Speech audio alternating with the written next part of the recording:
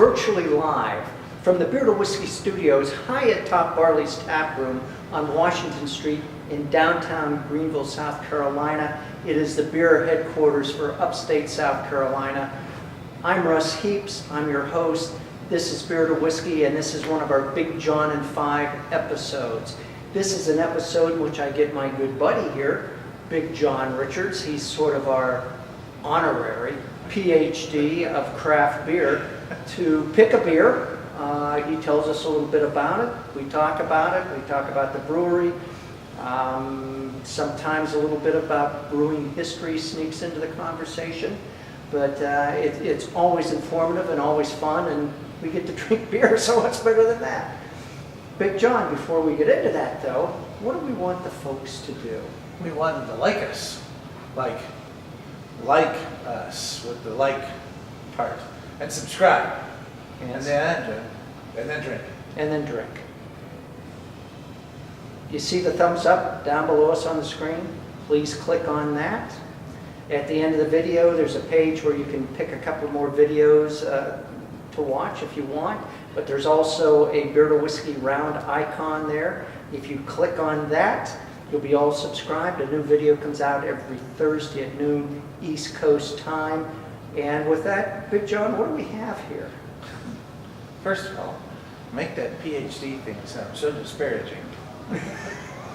Well, it's, you know, you can be overeducated. I think I'm the one that made it worse. So Russ actually picked out this beer in a magical, fortuitous turn of events, because they had some of this beer that's called 10W-40 from Wire German Company, which is a treasure. And if you find yourself in Western North Carolina, go visit some Wires. These guys are good. But they did a beer called 10W-40, which we were originally trying to find, which is a imperial stout brewed with coffee from Dynamite Roasteries, chocolate from French Broad, and vanilla from probably the grocery store. I think that's where that stuff comes from. But then they've got this guy, which is what we ended up with. It's called German Chocolate Cupcake, 10W-40. And we had pizza earlier. Not only does Barley's have 70, almost 80 taps here, they've got cans and they got bottles and they've got all kinds. That's why it's beer headquarters. But boy, they make some terrific pizza, which we had earlier. So this will be sort of a light dessert. This is. I thought you said a light dessert. This is far from light. Oh no. No. So it says this is brewed with sweet cherries, coconut, vanilla, lactose, and chocolate. So I guess we're leaving out the coffee. We're adding a little milk sugars. We're doing cherry, vanilla, and coconut, like a German chocolate cake. I guess. I'm excited. Well, I can't tell you. We're gonna pour this on camera, so this is the live part of the virtually live. I didn't tell Jon that I dropped these on my way up the stairs from the downstairs bar, but. Now, Russ, bear in mind this is a 16-ounce can and a 16-ounce glass, so you're not gonna get the whole thing in there probably. If I had $1, Yeah. for every time I've heard that over the years.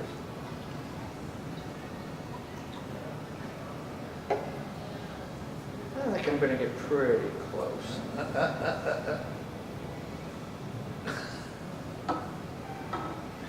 Which beer do you want?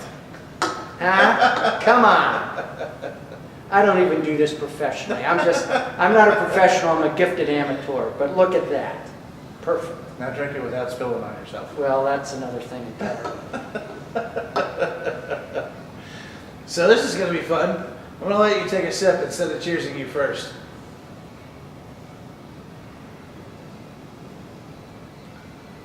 Ooh, that's neat. I don't get a ton of the cherries right up front. Wow. I get that vanilla, I get the milk sugars. It is a rich beer. It is. This is one of those that you're probably only going to drink one of. Right. Well, theoretically, you'd only have one slice of German chocolate cake, too. Well, this is true. Right? This is true. Right. What's the ABV of this, do you know? 8%. Okay, so that's another reason why you'd only drink one. Yeah. It's not just the bigness of it, but it's the alcohol content. Yeah, and that's again, if you haven't watched us before, I'm fond of saying that if you, getting into these high gravity beers is absolutely the quickest way to the floor. You know, if you don't know what you're getting into, be careful, because some of these things, you know, drinking a pint of 8% beer can get to you before you realize what's going on. So is this one of those beers that you could throw in your refrigerator and keep for a year? Oh, absolutely. And would it change? It would. It would be. Everything ages a little bit differently. In general, when you put a big beer in your fridge, the hoppy bitterness is one of the first things to go. The subtle hop flavors really probably first. And then the hoppy bitterness, and then you start to pull out some fruit, usually fermentation flavors out of there. So some of the sweetness will kind of start to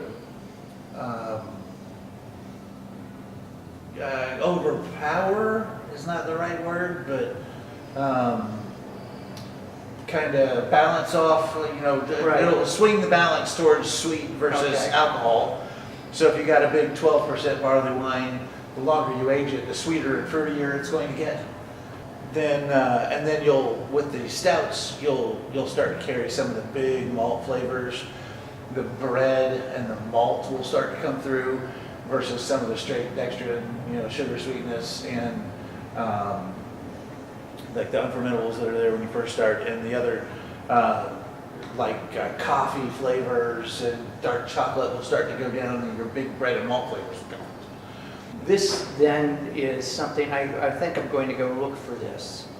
Is this, I'm assuming this is a seasonal kind of thing? I am presuming, because I just found out about this beer about a minute and a half before we turned the cameras on. So, Our PhD. right, that's right. That's why he's honorary. Well, yeah, I'll let that one ride. But I'm thinking about getting a 6-pack of this and throwing it in my, I've got a wine cooler that is slowly transitioning over to being a beer ager. As he acquires a PhD. Yeah, as I work on this, and am less interested in wine than I am in craft beer. But wow, this is wonderful. I can't wait for this thing to really warm up. Sit and take some time with this. So put a big beer in front of me like this, and it's probably going to take me an hour to get through it. Even if it's the only thing I'm drinking. Right. And We tend to shoot 6 or 8 segments at a sitting like this. And so as we go from one segment to the next, we take a few sips and they get set off to the side. So there's going to be ample opportunity for this to warm up. Yeah, for this to come to a little closer to room temperature and open up. Even just the couple of sips I've had, I'm tasting a little more of the cherry than I did when I started. Yeah. Anything we should know about the brewery? Highwire, It's Asheville, right? Highwire's Asheville. Yep. And Asheville's kind of become Beer City, USA. And Highwire is, for me personally, one of the shining stars up there. Just do some really wonderful beers. I managed to really by chance get up there just a couple of months after they first opened up, and they had brewed a double IPA. And they had gone ahead and just, as we were talking, they disclosed they'd used their entire year's allocation of Citra, Simcoe, and Amarillo, if I remember correctly. On the one beer. On one beer. Big 8.5% double IPA. Go big or go home. It was stellar. And then, like I say, in the same, go big and go home sometimes. Yeah. That's how. Yeah. Go big Yeah. and then go home. Yep. But it's that beer caught my attention. They do some really, really wonderful year-round stuff. Having them in the area has been really nice, so I don't have to travel up to Asheville quite so often as I used to. But good stuff. They have they have a big production facility that you can go tour, and they also have a little downtown pub, which last I checked still had a Super Nintendo in it, which is awesome. You gotta love that. You gotta love that. Right. We're in Greenville. Asheville is a little over an hour north of us, and let me tell you what, it's fun going up there. It's a great beer town. Plus you've got Sierra Nevada up there. You've got New Belgium up there. Their East Coast breweries are there, and Asheville's a terrific, if you like craft beer, Asheville's a great place to go visit. And Greenville these days has, what, we've got 10 or 12 breweries down here. I think we're up to like 14. 14, see, Yeah. I've been out of town for a couple of weeks, so who knows what might happen. But, yeah, so anything else? I think we should let these people go search this stuff out at this point. I do too, go get a beer. Yeah, And with that, let's do it. text Miss Lily, see you next time.